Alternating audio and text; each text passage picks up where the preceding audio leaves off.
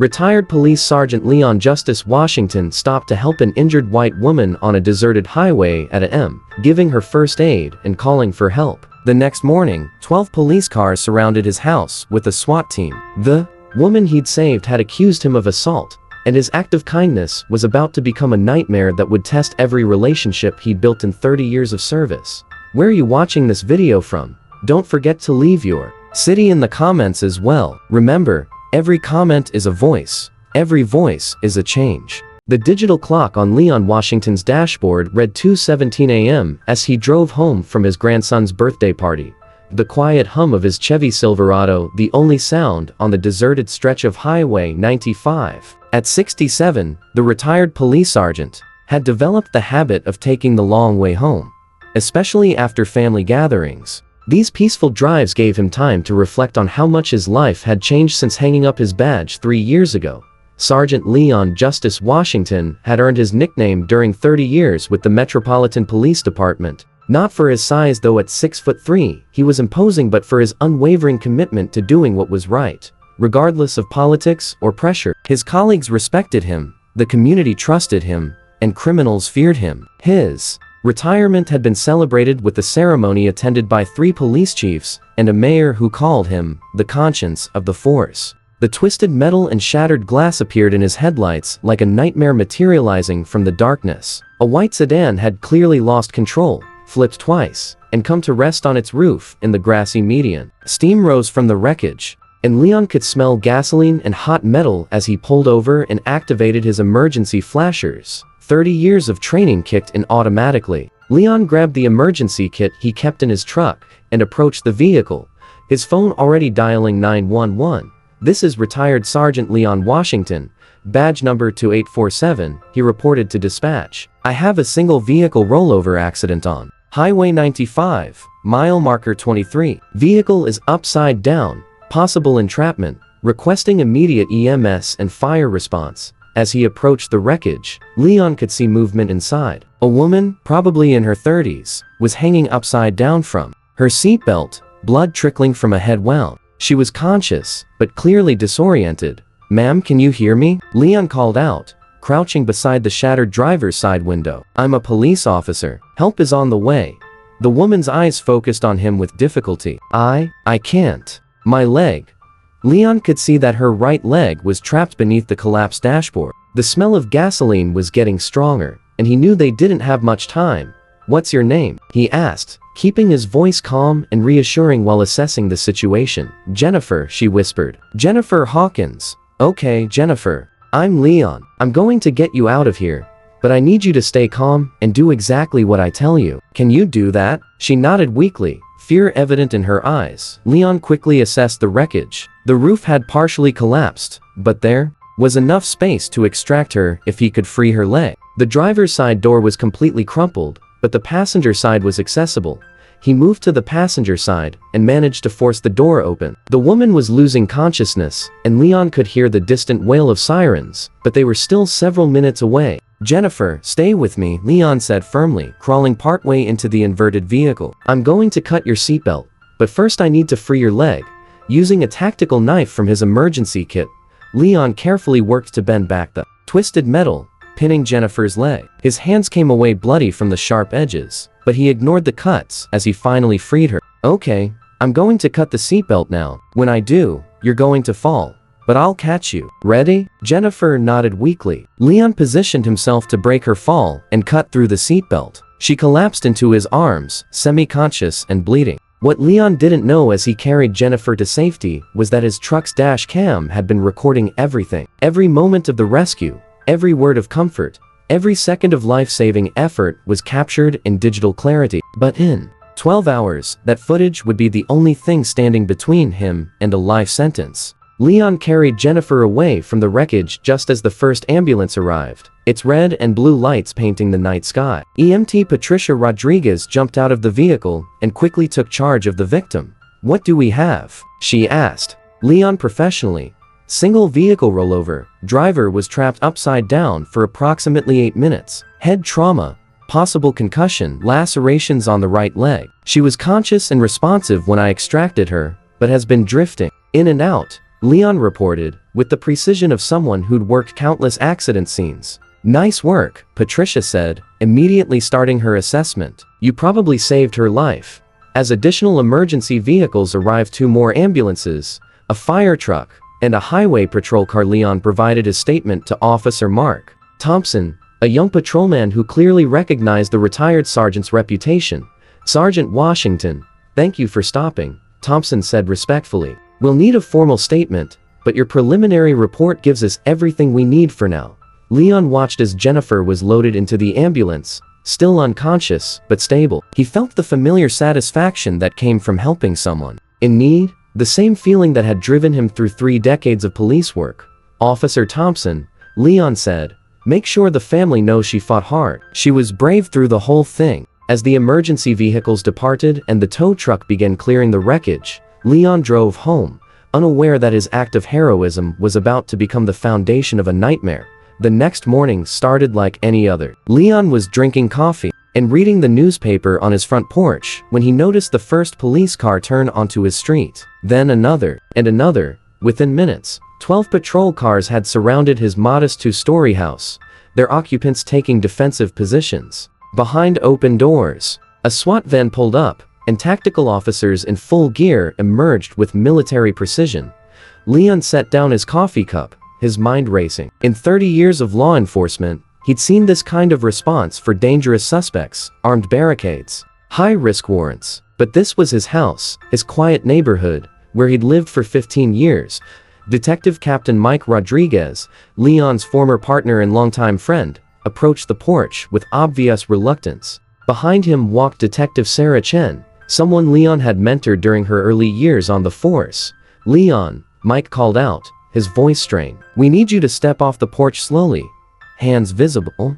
"What's going on?" Leon asked, genuinely confused but complying with the instructions. 3 decades of police work had taught him to follow procedures even when he didn't understand them. "Leon Washington, you're under arrest for assault and battery," Detective Chen announced, her voice cracking slightly as she read him his rights.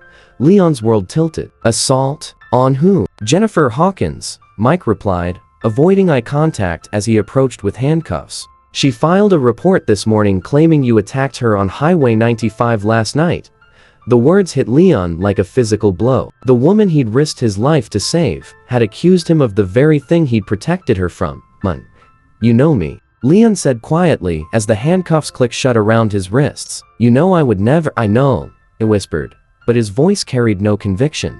"But I have orders." At Metropolitan General Hospital, Dr. Patricia Kim was reviewing Jennifer Hawkins's medical records when something caught her attention. The injury patterns didn't match an assault, they were consistent with vehicular trauma. When she realized the police had arrested the Good Samaritan who'd saved her patient's life, she faced a choice that would define her integrity. As Leon sat in the holding cell at the 4th precinct, the same precinct where he'd worked for 25 years, he tried to process what was happening. The concrete walls that had once protected him as he processed criminals now imprisoned him as one. Detective Chen approached his cell, her expression a mixture of professional duty and personal anguish. "Leon, I need to ask you about last night," she said, pulling out a recording device. "Sarah, you've known me for 8 years," Leon replied. "Have I ever lied to you?" "No, sir." "Then listen carefully. I found Jennifer Hawkins trapped in an overturned vehicle. I extracted her from the wreckage, provided first aid, and stayed with her until EMS arrived. I saved her life." Sarah's hand trembled slightly as she took notes. "Leon, she says you pulled her from her car.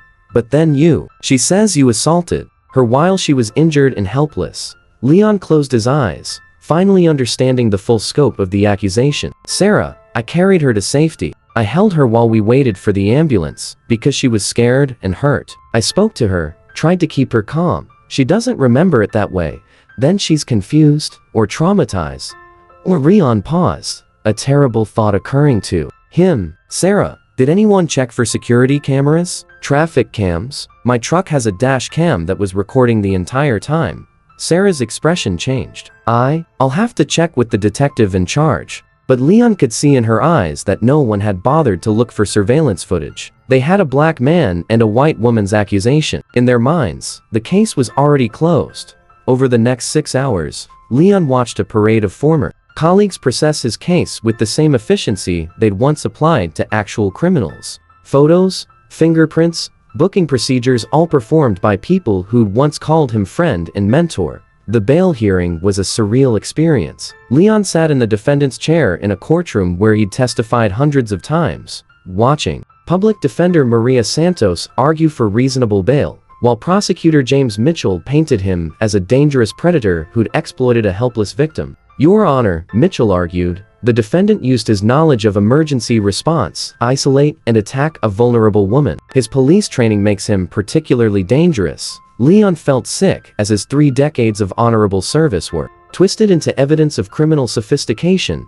Judge Patricia Williams, who'd known Leon professionally for years, set bail at 100,000 high enough to send a message, but not so high as to be completely unreachable. That evening, Leon sat in his living room, free on bail, but fundamentally changed. His grandson Marcus, now 12, sat beside him with questions Leon couldn't answer. Grandpa, why did the police come to our house? Why are they saying you hurt someone? Leon pulled the boy closer, struggling to explain how the world could be so unjust. Sometimes, Marcus, people get confused about what really happened, but the truth has a way of coming out.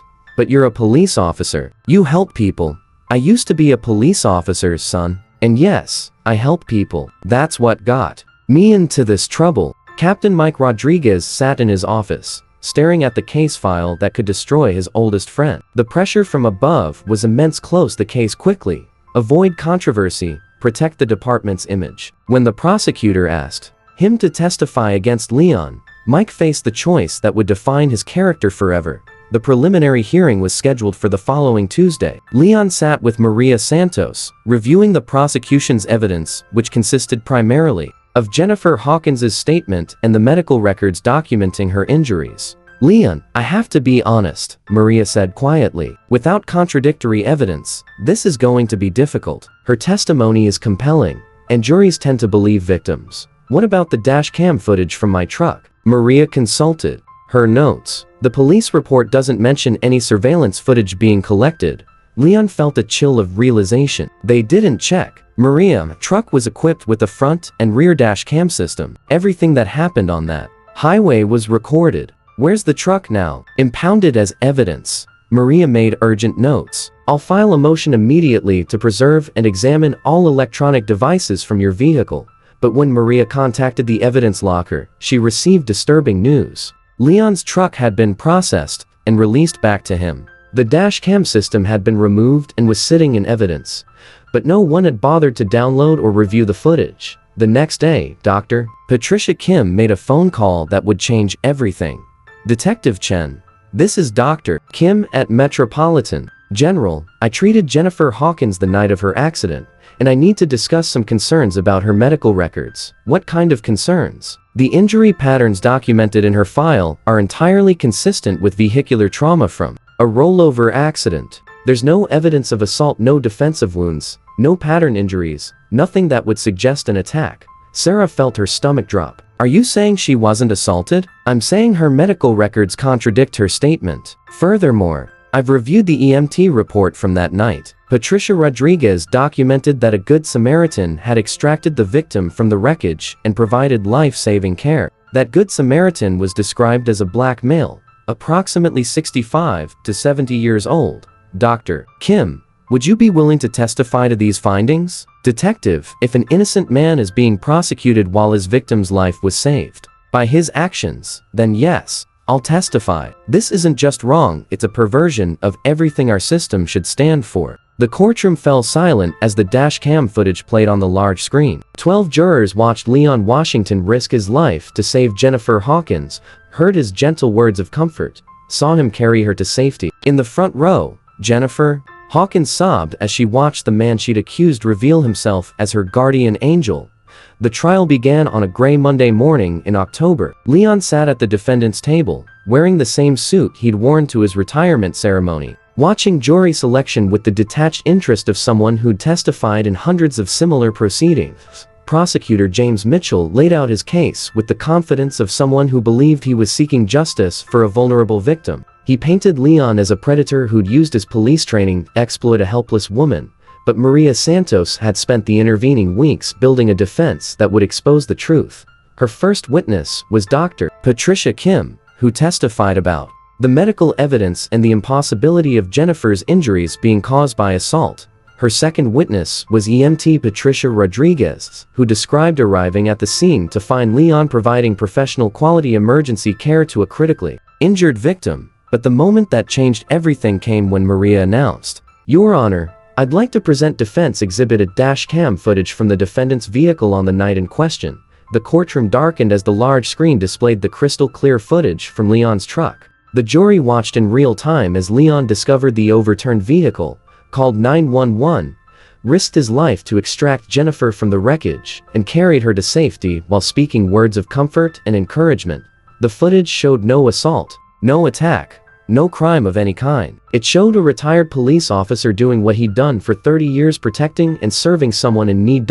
In the gallery, Jennifer Hawkins broke down completely, sobbing as she watched the truth of that night unfold. The man she'd accused of attacking her had saved her life, risked his own safety, and stayed with her until help arrived. When the video ended, the courtroom remained silent for a long moment. Judge Williams called for a recess, but the damage to the prosecution's case was complete and irreversible.